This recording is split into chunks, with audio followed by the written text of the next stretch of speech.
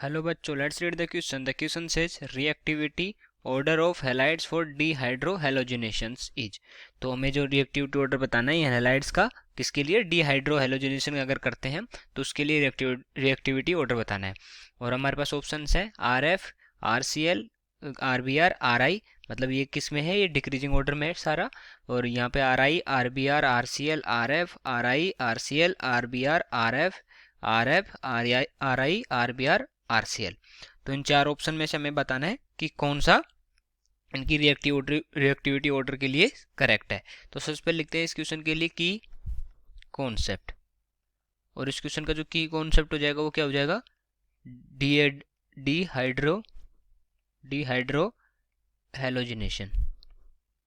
Okay, dehydrohalogenation ये हो जाएगा इस क्वेश्चन के लिए की कॉन्सेप्ट। तो सबसे पहले हम देखना पड़ेगा कि जो डीहाइड्रोहेलोजिनेशन होता है ये होता क्या है।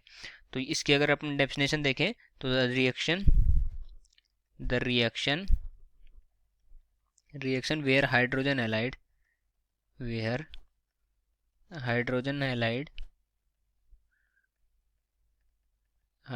हैलाइड इज removed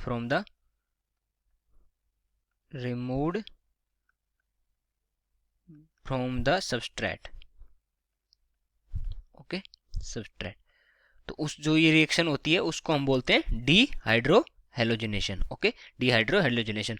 अब हमें बताना है कि जो डीहाइड्रोहेलोजिनेशन अगर हम करते हैं तो उसके लिए हमारी जो ये सीरीज में अगर हम नीचे जाते हैं, पहले क्या आता है हमारा, फ्लोरीन आता है, फिर क्लोरीन आता है, फिर बी आर आता है, फिर आई आता है। ठीक है, मतलब ब्रोमीन आता है, फिर आयोडीन आता है। तो अगर हम ऊपर से नीचे जाते हैं तो उसमें अगर हम बताना है कि कौन कौन सी अपनी जो रिएक्टिविटी है वो डिक्रीज होगी या इंक्रीज होगी। तो उसके लिए अगर हम देखें तो हमारे जो एल्काइल आयोडाइड्स होते हैं, एल्काइल आयोडाइड्स, ओके, जो हमारे आर आर आई होते हैं, ठीक है, एल्काइल आयोडाइड्स, उनकी रिएक्टिविटी मोस्ट होती है। और जो एल्काइल फ्लोराइड होते हैं उनके वो होते हैं least reactive, are most reactive, are most reactive and alkyl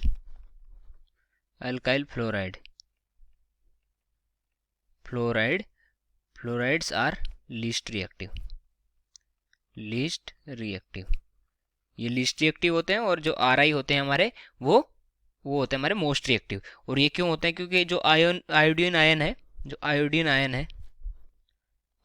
ion is a good living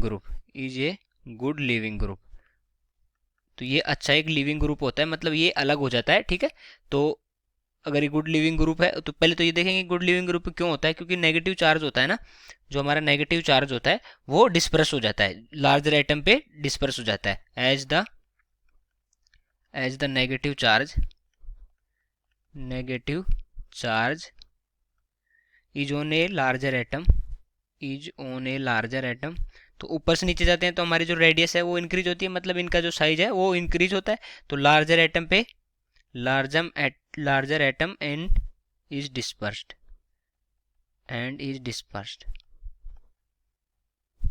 तो जो लार्जर एटम कौन सा होगा इनमें से, आयोडीन होगा लार्जेस्ट एटम। तो उसमें अगर जो लार्जर एटम होता है उसमें जो हमारा नेगेटिव चार्ज है वो डिस्पर्स हो जाता है, तो इसलिए वो गुड लिविंग ग्रुप बन जाता है। और गुड लिविंग ग्रुप बनेगा तो उसकी रिएक्टिविटी ज़्यादा होगी, क्योंकि डिहाइड्रोजनेशन क्या होगा, हमारे जो एफ है, सी एल है, बी आर है, इनको हम रिमूव करते हैं, अलग करते हैं। इनका अलग करने का मतलब है कि इनके अगर लिविंग ग्रुप अच्छे हैं तो इनकी रिएक्टिविटी बढ़ जाएगी, जल्दी मतलब अलग हो जाएंगे। तो रिएक्टिविटी किस पे डिपेंड करती है, इनकी लिविंगनेस पे डिपेंड करेगी। और दूसरा क्या होता है, सी आई बॉन्ड होता है, C I bond, carbon iodine bond क्या होता है, वीक होता है, is weaker than C F bond. तो जो हमारा सी आई बॉन्ड है वो वीकर होता है। अगर सी आई बॉन्ड वीकर है तो जल्दी ये जो हमारा, अगर हम आई को यहाँ से रिमूव करेंगे तो जल्दी रिमूव हो जाएगा, मतलब रिएक्टिविटी ज़्यादा हो जाएगी। ओके, इस रिएक्शन की रिएक्टिविटी ज़्यादा हो जाएगी। और सी एफ बॉन्ड क्योंकि स्ट्रॉन्ग होता है तो इसी में से ये एफ को रिमूव करना आसान नहीं होता, इसलिए इसकी रिएक्टिविटी, इस रिएक्शन की रिएक्टिविटी कम हो जाएगी। तो हम लिख सकते हैं इनका जो ऑर्डर होगा वो क्या होगा, जो फाइनल ऑर्डर होगा वो होगा हमारा R I, R B R, R C L, R F. और ये कौन से ऑप्शन में है, ये ऑप्शन में है हमारा सेकंड ऑप्शन में, तो सेकंड ऑप्शन करेक्ट आंसर हो जाएगा। So I hope you understood it well, best of luck.